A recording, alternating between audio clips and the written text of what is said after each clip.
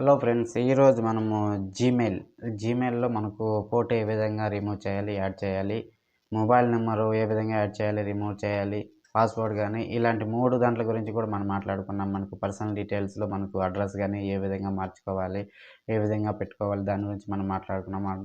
మనకు ముందుగా మొబైల్‌లో మనము జీమెయిల్ అకౌంట్ హ్మ్. యాడ్ చేయాలనుకుంటున్నాం గదా! లేదు మొబైల్ నంబర్ గానీ, ఫోటో గానీ, తర్వాత మనకు పాస్వర్డ్ గానీ, అడ్రెస్ గానీ ఏ విధంగా యాడ్ చేయాలో దాని గురించి మనం తెలుసుకున్నాం. ముందుగా మనకు మొబైల్‌లో గాబట్టి మనము పర్సనల్ డీటెయిల్ పెట్టుకోవాలనుకుంటుంది కాబట్టి మొబైల్‌లో మనకు ముందుగా జీమెయిల్ అనేది ఓపెన్ చేసిన తర్వాత మనకు ముందుగా మన రైట్ సైడ్ పైన ఫోటో కనబడుతుంటుంది. ఫోటో గానీ ఫోటో సెట్ చేయకపోయినా కూడా మనకు ఇనిషియల్‌లో ఫస్ట్ అక్షరమే కనబడుతుంటుంది పైన.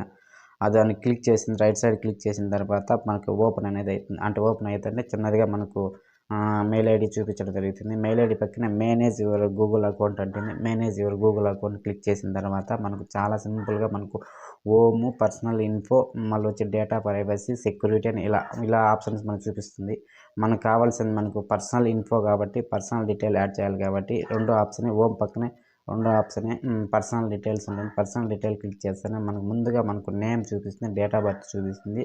ఆ తర్వాతొచ్చి మెయిల్ ఐడీ చూపిస్తుంది, మొబైల్ నెంబర్ అడుగుతుంది, అడ్రెస్ అడుగుతుంది. ఇలా మొత్తంగా లైన్‌గా చూపిస్తుంది.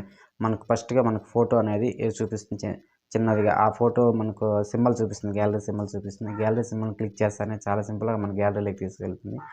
ఈజీగా మనకు ఫోటో అనేది తీసుకొచ్చి యాడ్ చేయొచ్చు అక్కడ. యాడ్ చేసేసినామంటే మనకు చాలా సింపుల్‌గా అవుతుంది. ముందుగానే ఆల్రెడీ మనం సెట్ చేసామనుకోండి, ఆ ఫోటోను అది గ్యాలరీ సింబల్ క్లిక్ చేసిన తర్వాత మరి ఫోటోను మనము గ్యాలరీలో మనకు నచ్చిన ఫోటోను యాడ్ చేసిన తర్వాత సేవ్ ఉంటుంది. సేవ్ అయితే క్లిక్ చేసి చాలా సింపుల్‌గా సేవ్ అయిపోతుంది. అదే విధంగా మనకు నేమ్ గానీ, తర్వాత వచ్చి డేట్ ఆఫ్ బర్త్ గానీ, ఏ విధంగా మనం ఏమన్నా ఫస్ట్‌లో క్రియేట్ చేసేటప్పుడు ఏదైనా మిస్టేక్ చేసినా గూడా నేమ్ మార్చుకోవచ్చు. తర్వాత వచ్చి పాస్వర్డ్ మార్చుకోవచ్చు. పాస్వర్డ్ కాదు, డేట్ ఆఫ్ బర్త్ గూడా మనకేదైనా మిస్ అయినా గూడా డేట్ ఆఫ్ బర్త్ గూడా మార్చుకోవచ్చు. అదే విధంగా మనం కిందికొచ్చామంటే మనకు మెయిల్ ఐడీకి చూపిస్తుంది. ఎలా క్రియేట్ చేసామో ఆ మెయిల్ ఐడీ అనేది అక్కడ చూపిస్తుంది. దాని కిందన మొబైల్ నంబర్ చూపిస్తుంది. మొబైల్ నంబర్ ఫస్ట్ మనం క్రియేట్ చేసేటప్పుడు యాడ్ చేయలేదనుకో, యాడ్ మొబైల్ నంబర్ అడుగుతుంది. ఒకవేళ యాడ్ చేసినామంటే మొబైల్ నంబర్ అక్కడ చూపిస్తుంది.